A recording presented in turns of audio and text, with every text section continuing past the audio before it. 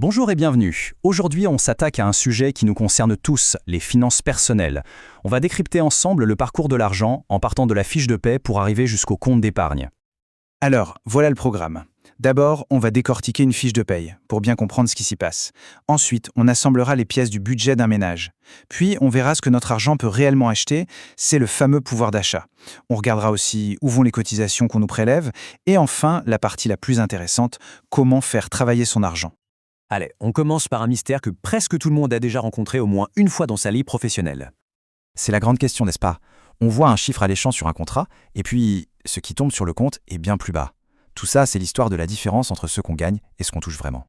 En fait, il faut voir ça comme un parcours en plusieurs étapes. Tout part du salaire brut, c'est le point de départ. De là, on retire une première chose, les cotisations sociales.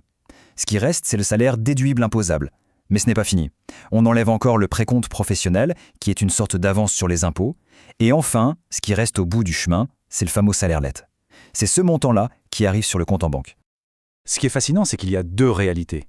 D'un côté, l'employé voit son salaire brut diminuer pour arriver au net. Mais de l'autre côté, pour l'employeur, le coût réel est bien plus élevé que le salaire brut. Pourquoi? Parce qu'il doit ajouter ses propres cotisations sociales, les fameuses charges patronales. Le coût total d'un emploi est donc bien supérieur au salaire brut de base. Ok, maintenant qu'on a vu la fiche de paie d'une personne, élargissons un peu le cadre. Voyons comment tout ça s'organise au niveau d'un ménage entier. D'abord, qu'est-ce qu'un ménage? Attention, ce n'est pas juste la famille traditionnelle. En économie, un ménage, ça peut être une personne qui vit seule, une famille ou même des colocataires. Pensez à la série Friends. Tant que des gens partagent un toit et leurs dépenses, ils forment un ménage. Pour que ce soit plus parlant, prenons un cas concret. Le budget mensuel de Rafik et Aya. On voit qu'ils ont plusieurs sources de revenus, du salaire au chômage et même des rentrées plus exceptionnelles. Et côté dépenses, on a les classiques. Loyer, nourriture, factures, mais aussi des imprévus, comme des réparations de voitures. Alors, si on fait le total de tout ce qui est rentré ce mois-ci, on arrive à 5 547 €. Et pour les dépenses, si on additionne tout, le total du mois s'élève à 3 587 €.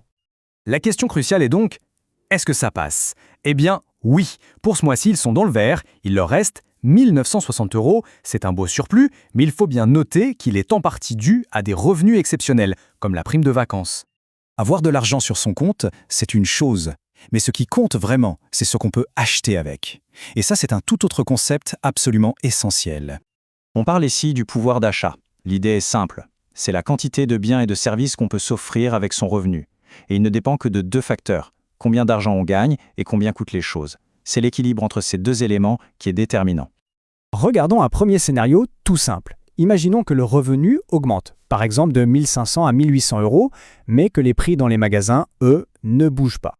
Dans ce cas, c'est logique, le pouvoir d'achat grimpe. Avec plus d'argent pour des produits au même prix, on peut tout simplement acheter plus de choses. Maintenant, imaginons le cas inverse. Le revenu stagne à 1 500 €, mais le coût de la vie, lui, augmente.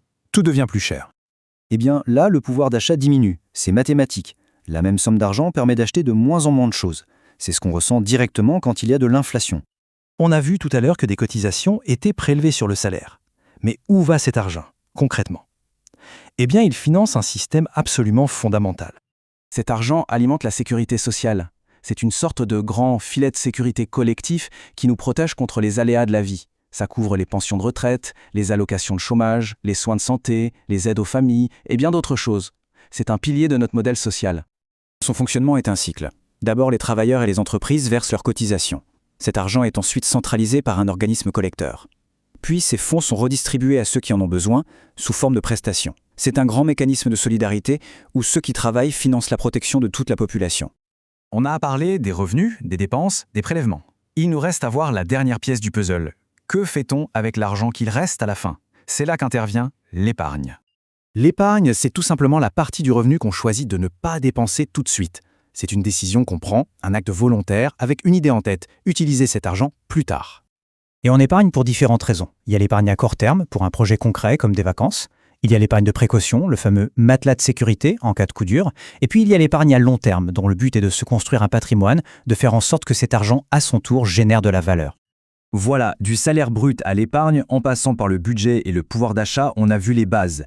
Comprendre ces mécanismes, c'est la première étape. Reste maintenant la question la plus importante.